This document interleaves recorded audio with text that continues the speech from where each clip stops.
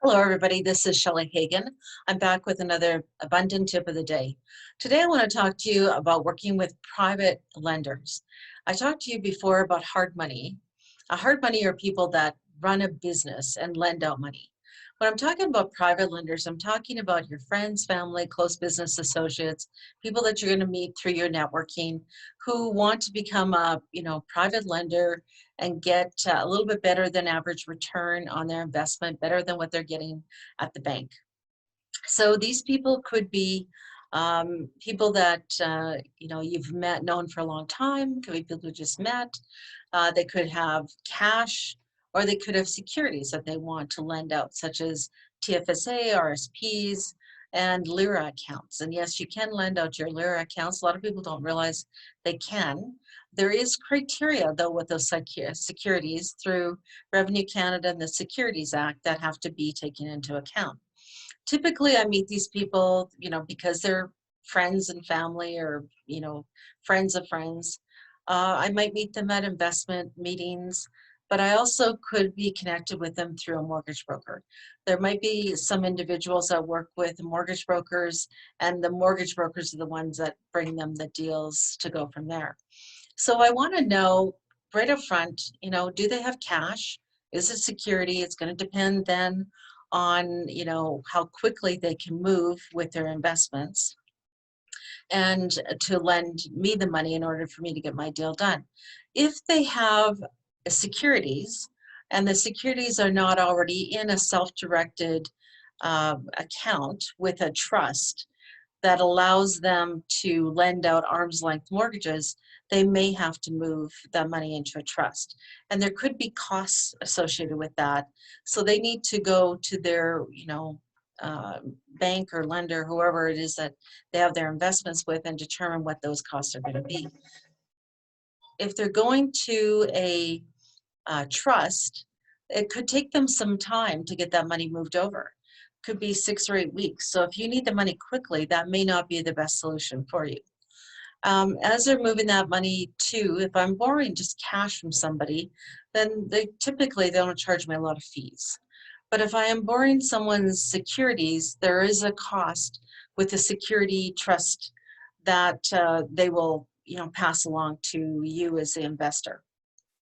So there'll be a cost for writing the mortgage, probably anywhere from $150 to $250, plus a monthly fee that you have to build into your costs, so that to ensure that you have enough money to cover it in whatever the deal is that you're doing it. Typically, I use private lenders for down payments for my investment properties that I'm going to buy. I'll use them for fix and flips. I do have a couple of investors that lend me the entire amount to buy the property as well as do the renovations. That doesn't happen all the time. Sometimes I use them for, quick turn, like a BRRRR strategy, where I get in, buy the property, renovate it, refinance it, and hold it as rental, and I pay them off and away they go. If they're going to come in with me, then I need to set them up one or two ways. Either they're going to be a lender and I'm going to pay them interest rate, have a security against the property like a mortgage, so that they, have some kind of security. If something happens, they're going to, be able to get paid out on that mortgage. Or I might bring them in as a joint venture partner. And if they're bringing all the cash to the table, I might go as high as 50% on the joint venture. That is negotiable. The interest rates and the joint venture percentages are negotiable. It's nothing carved in stone. It's really between you and your investor, and what your deal can afford and what they're looking for. I do want to make sure I give them a decent return. Probably I pay anywhere between 6 and 12% on average for that type money. I could pay higher. It depends on the deal. It depends on what's going on. Some of them may require to see some documents. If I'm going to be lending, I may need to get an appraisal, an inspection. They're going to, and all that information should be shared with my lender so that they know what's going on. If you've been introduced to the lender through a mortgage broker, the mortgage broker is going to want to pull your credit. They're probably going to want an appraisal done on the property. So those could be additional costs that you might have to bring in. If it's a multi-unit that you're borrowing the money on, or a land deal for some reason, you may have to do environmental assessments and have those extra costs. So all those things need to be taken into account. So this is just a very high level tip of the day regarding private lenders.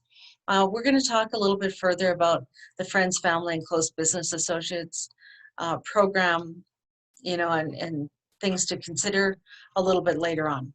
So anyway, I'm going to leave that with you for now. I want to wish you an abundant week, and we'll be back again.